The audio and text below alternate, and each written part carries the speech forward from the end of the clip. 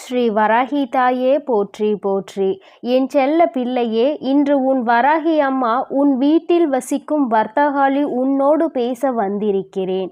என் குழந்தையே, அம்மா என்னுடைய இல்லத்திற்குள் வாருங்கள், என்னை காண வாருங்கள். உங்களை ஒருமுறை கண்டாலே என்னுடைய இல்லத்தில் இருக்கின்ற அத்தனை பிரச்சனைகளும் தீர்ந்துவிடும் என்று என் குழந்தை என் முன்னால் நீ நிற்கிறாய் அல்லவா? என் தங்கமே, நான் ஏற்கனவே உன்னுடைய இல்லத்தில்தான் இருந்து கொண்டிருக்கிறேன். அதை உணராமல் போனதற்கான காரணம் என்ன தெரியுமா? அங்கே வீட்டில் நடக்கின்ற பிரச்சனைகள் எல்லாம் அதிகமாகும் பொழுது அதன் மீது அதிக கவனத்தை நீ செலுத்தி கொண்டிருக்கிறாய். சுற்றி நடக்கின்ற பிரச்சனைகள் பற்றி வேதனைப்பட்டு கொண்டு தெய்வத்தை வணங்க மறந்து நிற்கிறாய். என் தங்கமே, உனக்கென்ற நேரம் வரும்பொழுது மட்டும்தான் நீ தெய்வத்தை நினைக்கிறாய்.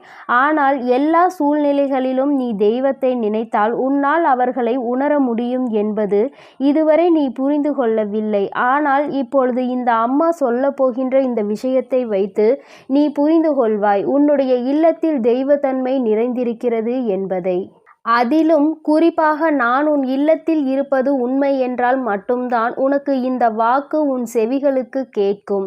ஏனென்றால் அத்தனை சுலபமாகவெல்லாம் யாராலும் என்னுடைய வாக்கினை கேட்டுவிட முடியாது. அவர்களுக்கு தான் அம்மாவினுடைய முழுமையான ஆசீர்வாதங்கள் கிடைக்கும் என்பதை மறந்துவிடாதே. என் தங்கமே, அம்மா ஒருபொழுதும் பணம் படைத்தவர்கள் பணம் இல்லாதவர்கள் என்று பிரித்து பார்ப்பது கிடையாது.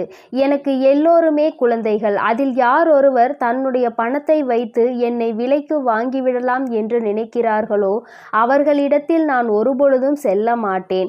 அவர்களினுடைய வேண்டுதல்களை நான் செவி கொடுத்து கேட்க மாட்டேன். மனிதர்கள்தான் இங்கு பணத்தை வைத்து ஒருவரை ஒருவர் எடை போட்டு கொள்கிறார்கள் என்றால் தெய்வத்தையும் அதற்கு ஏற்றாற் போல மாற்றிவிடலாம் என்று இங்கே துணிந்து விட்டார்கள் பலர். என் தங்கமே, அதனால்தான் அம்மா உனக்கு மீண்டும் மீண்டும் சொல்வது, வாழ்க்கையில் நடப்பது எல்லா விதமான சூழ்நிலைகளிலும் உனக்கு கடினமானதாக இருக்கலாம். ஆனால் அதுவே மற்றவர்களுக்கு மிகவும் எளிமையானதான விஷயங்களாக இருக்கும். காயங்கள் அதிகமாக கிடைத்தது என்பதற்காக என் பிள்ளை தெய்வமே உன்னுடைய இல்லத்தில் குடியிருப்பதை கண்டும் காணாமல் நின்று கொண்டிருப்பது தவறான செயல் அல்லவா? என் பிள்ளையே, உன்னுடைய மனதிற்குள் நீண்ட நாட்களாக வைத்திருக்கின்ற ஒரு மிக பெரிய ஏக்கத்திற்கு இன்று உனக்கு தெளிவு கிடைக்கப் போகிறது. என் தங்கமே, உனக்கு மிகவும் நெருக்கமான ஒருவரை வாழ்க்கையில் இழந்து விட்டாய் என்றால் ஒரே ஒரு விஷயத்தை மட்டும் புரிந்து கொள். அவர்களினுடைய அன்பு உண்மையானது என்று இருக்கும் பட்சத்தில் நிச்சயமாக வேறு யாராவது ஒருவர் ரூபத்தில் அதைவிட அதிகமான அன்பை நீ பெற்றுக்கொள்வாய் என்பதில் எந்த ஒரு மாற்று கருத்தும் கிடையாது. என் தங்கமே, வாழ்க்கையில் மாற்றங்கள் ஒவ்வொன்றும் உறுதி செய்யப்பட்டது. ஆனால் அது எப்பொழுது எப்படி யாருக்கு நடக்கப் போகிறது என்பது மட்டும்தான் அங்கே மர்மமாக இருக்கிறது என்பதை மறந்துவிடாதே. என் தங்கமே, இந்த வாழ்க்கை உனக்கு இந்த வராகியோடு தான் சென்று கொண்டிருக்கிறது. அம்மா உன்னுடைய இல்லத்தில் முழுமையாக இருப்பதை நீ உணர வேண்டும் என்று நீ என்னை உணர்ந்து கொள்கிறாயோ அன்று உன் வாழ்க்கைக்கான முழுமையான அர்த்தத்தை நீ தெரிந்து கொள்வாய். எதுவெல்லாம் உன்னை காயப்படுத்தவும் கஷ்டப்படுத்தவும் தான் வந்தது என்று நினைத்தாயோ அந்த விஷயத்தின் மூலமாகவே உனக்கு பல நல்ல செயல்கள் நடக்கப் போகிறது. வாழ்க்கையில் சூழ்நிலைகள் மாறும் பொழுது எல்லா விஷயங்களும் மாறும். கால நேரங்கள் மாறும் பொழுது உன்னை சூழ்ந்து வந்த அத்தனை பிரச்சனைகளும் உன்னை விட்டு நீங்கும். உன்னை ஆட்டி படைத்த துஷ்ட சக்திகள் எல்லாம் உன்னை விட்டு ஓட்டம் எடுக்கும். உன் வாழ்க்கைக்குள் அது வந்ததற்கான மிக பெரிய தண்டனை பெறும். என் தங்கமே, தெய்வம் உன் இல்லத்தில் குடியிருப்பதை உன்னால் இதுநாள் வரையிலும் உணர முடியவில்லை என்றால் அம்மா சொல்கின்ற இந்த ஒரு விஷயத்தை நீ செய்து பார். என் தங்கமே, உன்னுடைய பூஜை அறையில் இருக்கின்ற விளக்கை தீபத்தினை ஏற்றி வைத்து அந்த தீபத்தினை நீ பார்த்து கொண்டிரு. உன்னுடைய மனநிலையில் நீ ஒருநிலைப்படுத்தி, அதாவது கவனங்கள் வேறு எங்கும் திசை திரும்பாமல் தெய்வத்தின் மீது நம்பிக்கை கொண்டு இந்த தீபத்தில் நம்மால் தெய்வத்தை உணர முடியும் என்பதை நீ தெளிவாக நம்புவாய். ஆனால் நிச்சயமாக அந்த தீப ஒளியில் உன் இல்லத்தில் இருக்கின்ற தெய்வத்தினுடைய ஒளி காட்சியினை நீ காண்பாய். சொல்லும் பொழுது உனக்கு வேடிக்கையாக தோன்றலாம். இது எல்லாம் என்ன விளையாட்டு என்று கூட நீ நினைக்கலாம். ஆனால் நடக்கின்ற உண்மையை மட்டும்தான் உன் அம்மா உன்னிடத்தில் சொல்லிக் கொண்டிருக்கிறேன். என் தங்கமே, எங்கே உன்னுடைய மனது மனது ஒருநிலைப்படுகிறதோ அங்கே உன்னுடைய வேண்டுதல்கள் ஒவ்வொன்றாக வலுப்பெற்று கொண்டே இருக்கும் என்பதை மறந்துவிடாதே. என் தங்கமே, இந்த வாழ்க்கையில் இதுநாள் வரையிலும் கிடைத்த பல கடினமான சூழ்நிலைகளை கடந்து வந்து தெய்வத்தின் துணை ஒன்று நம் வாழ்க்கையை மாற்றி காட்டும் என்று நீ எந்த அளவிற்கு நம்புகிறாயோ அந்த அளவிற்கு நான் எதிர்பாராத மாற்றங்களை உன் இல்லத்தில் உருவாக்குவேன். இப்பொழுது வந்திருக்கிறேன் அதற்காகவே. எல்லோராலும் அத்தனை எளிதாக எல்லாம் விஷயங்களை தெய்வத்திடம் இருந்து பெற்றுவிட முடியாது.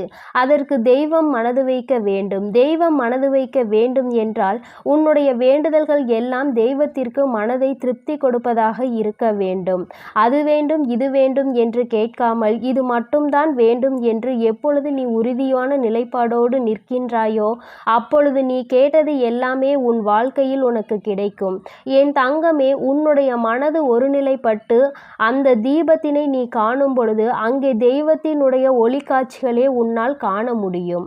அது மட்டும் அல்லாமல் உன்னுடைய மனதிற்குள் அந்த நேரத்திலே நல்லதொரு தெளிவும் பிறந்துவிடும். நாம் நினைத்தது எல்லாம் தெய்வம் நமக்கு நிறைவேற்றி கொடுப்பார்கள். எந்த ஒரு கஷ்டத்திலும் நம்மை தனியே தவிக்க விடமாட்டார்கள் என்கின்ற மனப்பக்குவம் உனக்குள் வந்துவிடும். தெய்வத்தை உன்னுடைய இல்லத்தில் நீ வணங்கும் பொழுது சொல்லிக்கொள்ள வேண்டிய ஒரே ஒரு விஷயம், நீ எப்படிப்பட்டவன், எப்பேற்பட்டவன் வாழ்க்கையை வாழ்ந்து கொண்டிருக்கிறாய் என்பதை பற்றி மட்டும்தான். ஏனென்றால் சிலருக்கு மனதில் இருந்து வருகின்ற வார்த்தைகள் மிகவும் வித்தியாசமானதாக இருக்கும். அந்த மனதில் இருக்கின்ற வார்த்தைகளை தான் தெய்வம் உன்னிடத்தில் எதிர்பார்க்கிறார்கள். என் குழந்தையே, உன்னுடைய எண்ணங்கள் ஒவ்வொன்றும் உன்னுடைய வாழ்க்கையில் என்ன உனக்கு காண்பித்து கொடுக்க வேண்டும் என்பதை சுற்றி இருக்கின்றது. எப்படி ஏனோ வராகி அம்மாவை ஒருமுறை கண்டுவிட்டால் போதும் என்று நினைக்கின்ற அளவிற்கு உன்னுடைய வாழ்க்கை சூழ்நிலை மாறிவிட்டது. என் தங்கமே, அப்படி இருக்கும் பொழுது இனியும் நீ என்னை உணராமல் போவது நியாயமற்றது. என்னை முழுமையாக நீ புரிந்து கொள்ள வேண்டும் என்றால் உன்னுடைய பூஜை அறைக்கு சென்று இந்த தாயானவள் என்னுடைய படத்தை, என்னுடைய நாமத்தை சொல்லிக்கொண்டே இரு. நிச்சயமாக உன்னால் என்னை காண முடியும். அது மட்டும் அல்லாமல் உன்னுடைய மனதிற்கும் உன்னுடைய இல்லத்திற்கும் மிகப்பெரிய சந்தோஷம் கிடைக்கத்தான் போகிறது. அதனால் நீ எதற்காகவும் கலங்காதே, எதை நினைத்தும் வருந்தாதே. நீ நல்லதையே நினைத்தால் உன் வாழ்வில் எப்பொழுதும் உனக்கு நல்லது மட்டுமே நடக்கும். என் தங்க பிள்ளையே, அதனால் நீ எப்பொழுதும் உன்னுடைய மனதில் நல்ல எண்ணங்களை மட்டும், நேர்மறையான எண்ணங்களை மட்டும் சுமந்து கொண்டிரு. உன்னால் மற்றவர்களுக்கு நல்லது செய்ய முடியவில்லை என்றாலும் உன்னால் மற்றவர்களுக்கு கெடுதல் நினைக்காத வண்ணம் நீ எப்பொழுதும் இருக்க வேண்டும். இந்த தாயானவள் உனக்கு நிச்சயமாக நல்லது அனைத்தையும் செய்து கொடுப்பேன். உன்னுடைய வேண்டுதல்கள் அனைத்தும் என்னிடம் வலுப்பெற்று வந்து கொண்டிருக்கின்ற இந்த நேரத்தில் நீ தெரிந்தோ தெரியாமலோ சிறு தவறுகளை செய்தால் கூட உன்னுடைய வேண்டுதல் பின்னே தள்ளப்படும் என்பதை மனதில் வைத்து கொண்டு இந்த தாயானவள் என்னை முழுமையாக நம்பி நீ காத்து கொண்டிரு. நிச்சயமாக நடப்பது எல்லாம் உனக்கு நன்மையாக மட்டுமே நடக்கும். ஓம் ஸ்ரீ வராகி தாயே போற்றி போற்றி. ஓம் ஸ்ரீ வராகி தாயே போற்றி போற்றி.